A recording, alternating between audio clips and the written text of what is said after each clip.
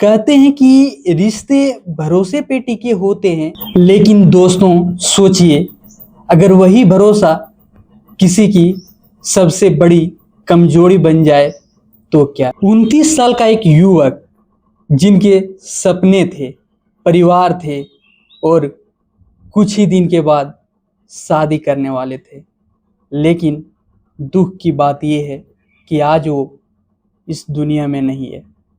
जी हाँ दोस्तों, मैं बात कर रहा हूँ केतन अग्रवाल और सिया घोष। एक लड़का जिसकी शादी कुछ महीने बाद होने वाली थी।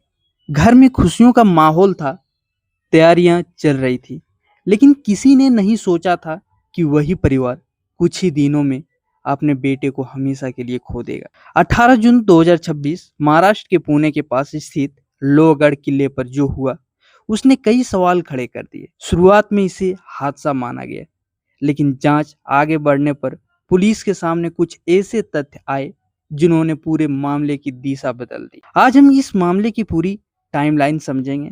सिर्फ सार्वजनिक रूप से उपलब्ध जानकारी और जांच में सामने आए तथ्यों के आधार पर हम लोग डिस्कस करेंगे। ये बात स्टार्ट होता है एक 29 वर्षीय केतन अग्रवाल पुणे के एक प्रतिष्ठित रियल एस्टेट्स परिवार से जुड़े थे। फरवरी 2026 में उनकी सगाई सिया गोयल से हुई थी। परिवार के अनुसार नवंबर 2026 में उदयपुर में शादी तय की थी। बाहर से सब कुछ सामान्य दिख रहा था, लेकिन पुलिस जांच के अनुसार आने वाली कुछ दिनों में घटनाओं की अप्रत्याशित मोड़ ले लिया। जांच के अनुसार 14 जून 2026 को भी लोहगढ़ किले पर एक कथित घटना हुई थी। उस घटना के बारे में जब केतन अग्रवाल अपना घर पे आए थे, उसके लिए उसने सिया गोयल को थैंक यू भी बोला था, पूरा फैमिली को बताया भी था कि मुझे खाई में गिरने से सिया ने बचा लिया।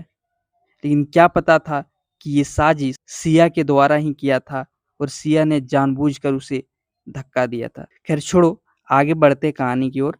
पुलिस का कहना है कि उस दिन भी केतन के साथ एक गंभीर घटना हुई, लेकिन वे बच गए। इसके 4 दिन बाद 18 जून 2026 जो सिया का जन्मदिन भी था, केतन फिर उसी किले पे गए। कुछ समय बाद खबर आई कि केतन गहरी खाई में गिर गए और उनकी मृत्यु हो गई। यहीं से पुलिस ने विस्तृत जांच शुरू की। जांच के दौरान पुलिस ने किले के प्रवेश द्वार के सीसीटीवी फुटेज की जांच की।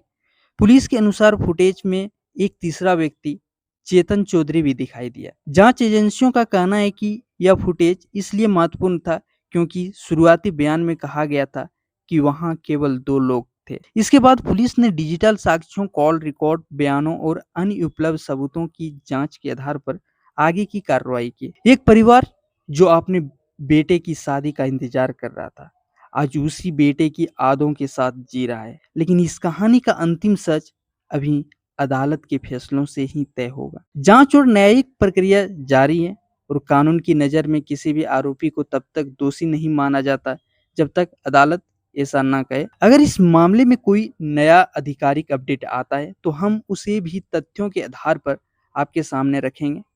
आपको क्या लगता है इस मामले में जांच का सबसे अहम पहलू क्या है? अपनी राय कमेंट में जरूर लिखिए। अगर आपको ऐसी तथ्य आधारित और निष्पक्ष रिपोर्टिंग पसंद है तो कटियामा नेटवर्क को सब्सक्राइब करें। धन्यवाद। मिलते हैं नेक्स्ट वीडियो में।